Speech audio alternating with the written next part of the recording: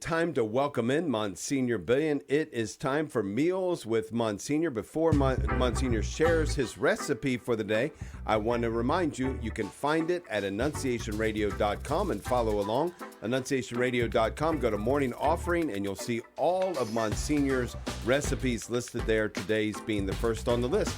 Good morning, Monsignor Billian. Hello. Well, good morning, everybody. Happy August 14th. It's a little humid in Toledo, Ohio today, but hopefully it'll be a beautiful day for us. Yeah. We have a great saint to celebrate today, too, Saint Maximilian Kolbe. And so you ought to eat well in honor of Maximilian Kolbe. He gave everything. So let's celebrate him in good fashion today. And so we're going to take a look at Veal Saltimbocca. Now, you might say to yourselves, okay, it's hard to find veal today. Veal's a little more expensive, and that's all true. You can substitute in this recipe chicken, beef, or pork. All four of those meats will work exactly the same way. They'll have different tastes, but you can use the same preparation and do chicken saltimbocca or beef saltimbocca or pork saltimbocca. I'm going to do veal. Okay. But it's important when you just can't take a steak and do this. You need to cut the meat thin, and of course you have to also pound the beef because you want it to be very tender. So whatever meat you use the same kind of instructions that you would use for veal today. So we'll start. We got to prepare the veal. So you have veal. You can buy veal fillets. Those are often lots of different butcher shops. You can get those so they're cut very thin already. Put in between a couple sheets of baking paper or some Ziploc. Put them in a Ziploc bag flat, and then pound them with a meat mallet until there's a real even thickness in all of that. Because when you do that, it helps them cool quicker, but it also, and more importantly, keeps the meat very, very tender because you break down all the muscles and fibers in the meat when you pound it like that. So pound the meat, and then just set it aside. Lay a slice or two of prosciutto, which is, of course, a cured Italian ham, sliced very, very thin when you buy it. You can buy it in packages where you buy a charcuterie, or you can go to the butcher shop and they'll slice it for you. 1 or 2 slices of prosciutto on top of the veal, okay, and then place a leaf of sage right in the middle, in the center of that, and take a toothpick and connect them. Just like you were putting a straight pin through the meat, the prosciutto, and the leaf, put it right in there so that it all stays together right there. Okay, then you want to take that and dust it in some flour very lightly, shake off all the excess, and then you have your veal and meat prepared. You've got your piece of meat, you have your piece or two of prosciutto, you have your sage, all one toothpick together, so that they're not going to move around a lot. Then get a large frying pan and heat it with a little olive oil in it, and over a medium heat. You don't want to burn the oil. You don't want it to be overly hot, just a medium heat. And then throw in the butter that you prepared, a couple ounces of butter. Put that in there and allow it to melt.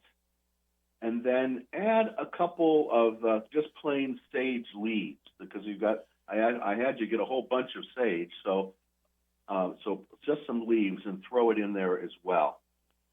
And then you kind of let all of that kind of infuse together. Let them become very good friends in there, the butter, the oil, and the sage leaves.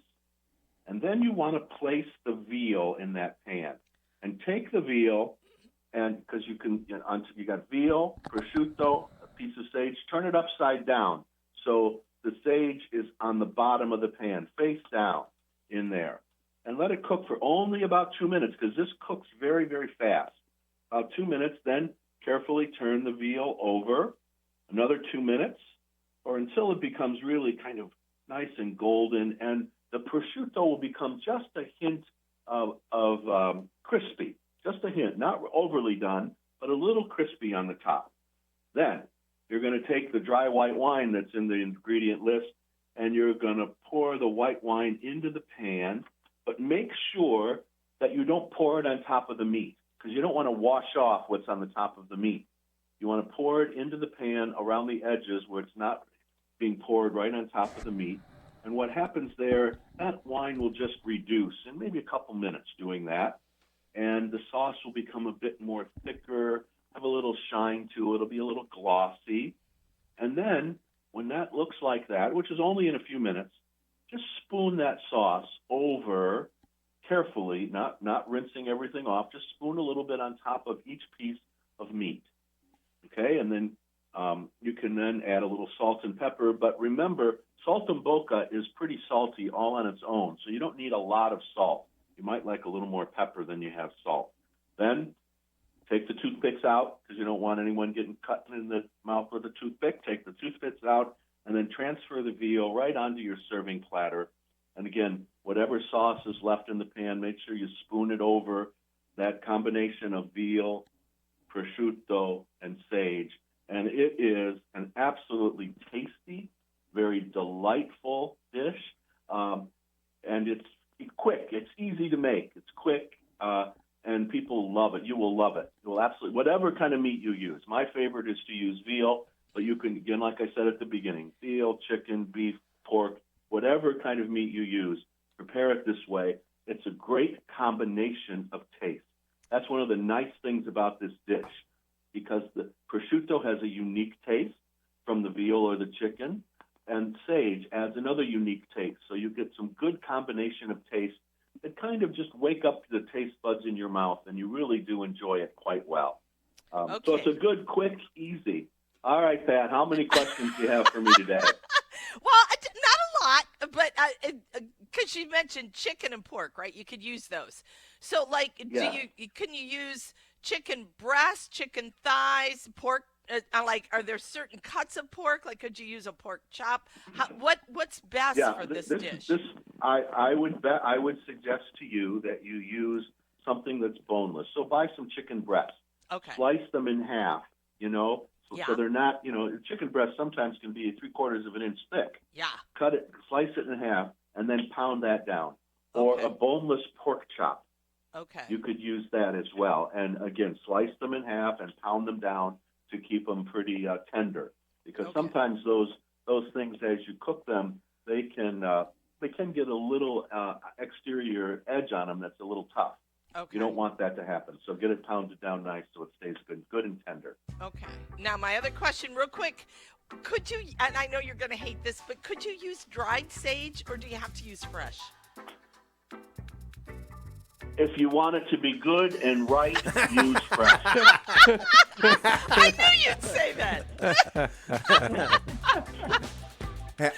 I want to bring this to everybody's attention, to yours as well, Monsignor. This is the 30th recipe on our website. Woo. So not only today's recipe, but there are 29 that preceded, a total of 30 of your recipes posted on our website right now. Again, dear listener, you can find that at annunciationradio.com, annunciationradio.com. Click on Morning Offering, see all of these recipes laid out for you, all the details that Monsignor shares each and every week. We'll have to do a cookbook. Yeah, absolutely. Fabulous. Good stuff. Thanks, Monsignor. Have a blessed Friday, everyone. You too. Bye-bye. Oh, I love that recipe. Although the one thing I did notice when you look at all the titles, I'm thinking, I can't pronounce these. Yeah, I can pronounce like 8 of them. Yeah, there's lasagna on there. I can do that. Yeah. I'm going to have to take Italian lessons in right. order to pronounce his recipes. Or But better yet, you just go back and you listen to the episodes so that you learn from him how to pronounce it. But That's isn't a it fabulous? great It's suggestion. like being in Monsignor's kitchen, right? You've got his recipes right here. Follow him. He gives you great detail, all the pieces that you need. Again, find all of them at annunciationradio.com. Click on Morning Offering, and you can choose your dish. Monsignor Michael Billian, thank you so much.